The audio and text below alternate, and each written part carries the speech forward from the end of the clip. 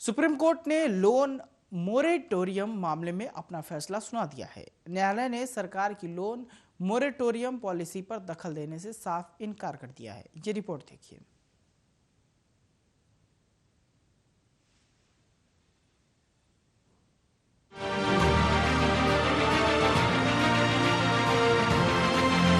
Supreme court ने मंगलवार को एक महत्वपूर्ण फैसले में कहा कि लोन मोरेटोरियम को और आगे नहीं बढ़ाया जा सकता और न ही इस दौरान ब्याज को पूरी तरह से माफ किया जा सकता है।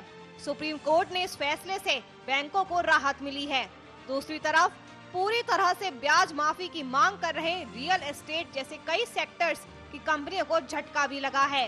सुप्रीम कोर्ट ने पिछले साल अपने एक आदेश में करोड़ों लोगों को इस बात से राहत दी थी कि लोन मोरेटोरियम के दौरान उनके कर्ज के ब्याज के ऊपर ब्याज न लगाई जाए, लेकिन अब कोर्ट ने कहा कि इस दौरान लगे ब्याज को पूरी तरह से माफ भी नहीं किया जा सकता। सुप्रीम कोर्ट ने सरकार के पक्ष को समझते हुए कहा कि कोरोना महामारी से सिर्फ कंपनियों को ही नहीं, सरकार को भी भारी नुकसान हुआ है। सुप्रीम कोर्ट ने कहा कि वे सरकार और रिजर्व बैंक पर और दबाव नहीं बना सकते। केंद्र सरकार ने सुप्रीम कोर्ट में एक हलफनामा दिया है। इस हलफनामे में साफ तौर पर कहा गया है कि सरकार ने विभिन्न सेक्टरों को पर्याप्त राहत पैकेज दिया है। मौजूदा महामारी के बीच अब ये संभव नहीं है कि इन सेक्टर्स को और ज्यादा राहत दी जाए। केंद्र ने ये भी कहा कि जनहित याचिका के माध्यम से क्षेत्र विशेष के लिए राहत की मांग नहीं की जा सकती। केंद्र सरकार के हलफनामे के मुताबिक 2 करोड़ तक के लोन के लिए ब्याज पर ब्याज माफ करने के अलावा कोई और राहत राष्ट्रीय अर्थव्यवस्था और बैंकिंग क्षेत्र के लिए हानिकारक है। अब पूरा मामला आखिरकार है क्या, वो समझते हैं।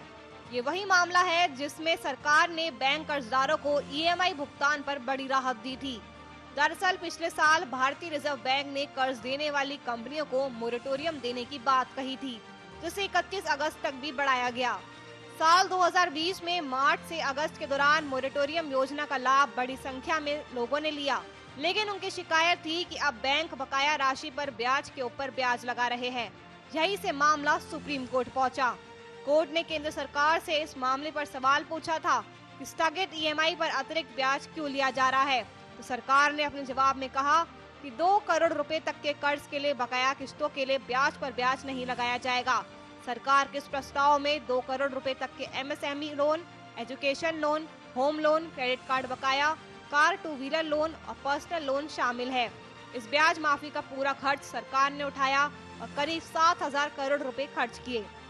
खैर, सुप्रीम कोर्ट के इस फैसले से बैंकों को तो राहत मिली है, लेकिन वही दूसरी ओर ब्याज माफी की मांग कर रहे रियल एस्टेट सेक्टर जैसे कई अन्य क्षेत्रों को तगड़ा झटका लगा है। Special desk, Arya news.